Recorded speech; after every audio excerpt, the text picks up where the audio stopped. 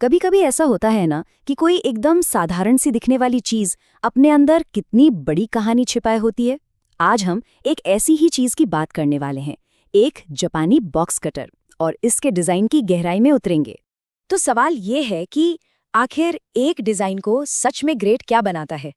क्या वो कोई बहुत ही कॉम्प्लेक्स टेक्नोलॉजी होती है, या फिर कुछ ऐसा जो दिखने में बहुत फ्लैशी हो, या फिर जवाब कुछ और ही है, हमारी सोच से भी ज्यादा सिंपल। और इसी सवाल का जवाब आज हम ढूंढेंगे एक मामूली से दिखने वाले जापानीज यूटिलिटी नाइफ में। ये एक परफेक्ट एग्जाम्पल है कि कैसे किसी भी चीज को बनाते वक्त अगर उसे इस्तेमाल करने वाले के बारे में सोचा जाए तो एक मामूली चीज भी कितनी खास बन सकती है। तो चलिए अब इस कटर को जरा और करीब से देखते हैं और एक एक करके इसकी खूबियों को समझते हैं। पता लगाते हैं कि आखिर इसमें ऐसा क्या है जो इसे इतना खास बनाता है। तो सबसे पहली और सबसे ज़रूरी बात, सेफ्टी। किसी भी टूल में ये सबसे अहम होती है ना? और इस कटर का डिज़ाइन इसी बात को ध्यान में रखकर बनाया गया है कि इसे इस्तेमाल करने वाले को पूरा कंट्रोल और पूरी सुरक्षा मिले।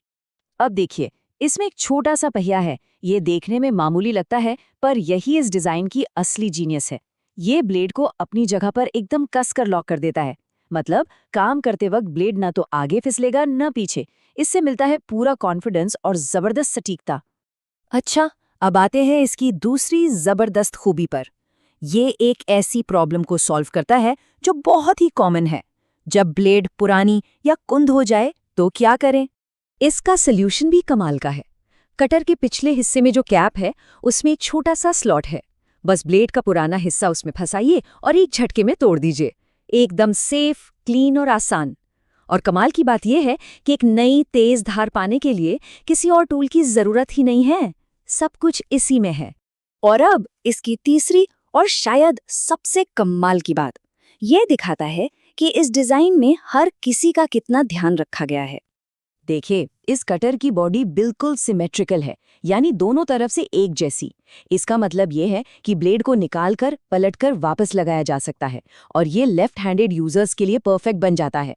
ये कोई बाद में जोड़ी गई चीज नहीं है, बल्कि डिजाइन का एक अहम हिस्सा है जो इसे हर किसी के लिए बराबर काम का बनाता है।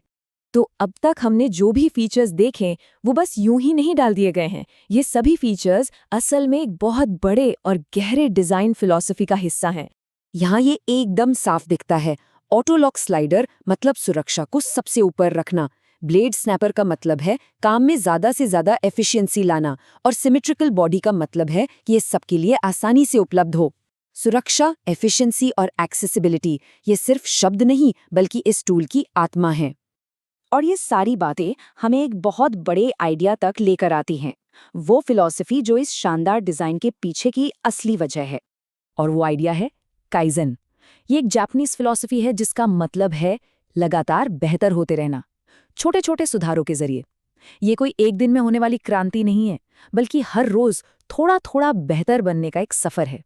तो असल में ये कटर सिर्फ एक कटर नहीं है, ये काइजन फिलॉसफी का एक जीता जागता उदाहरण है। ये दिखाता है कि कैसे छोटी छोटी चीजों पर गहराई से सोचकर और लगातार सुधार करके किसी भी चीज को परफेक्ट बनाया जा सकता है।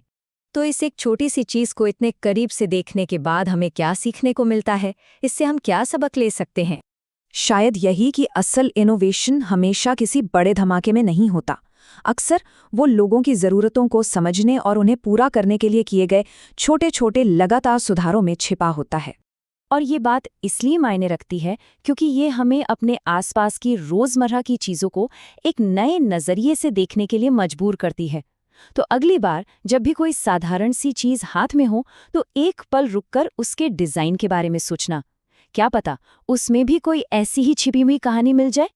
तो अब ज़रा अपने आसपास देखिए, ऐसी कौन सी रोज़मर्रा की चीज़ है जो अपनी डिज़ाइन की कहानी बताने का इंतज़ार कर रही है?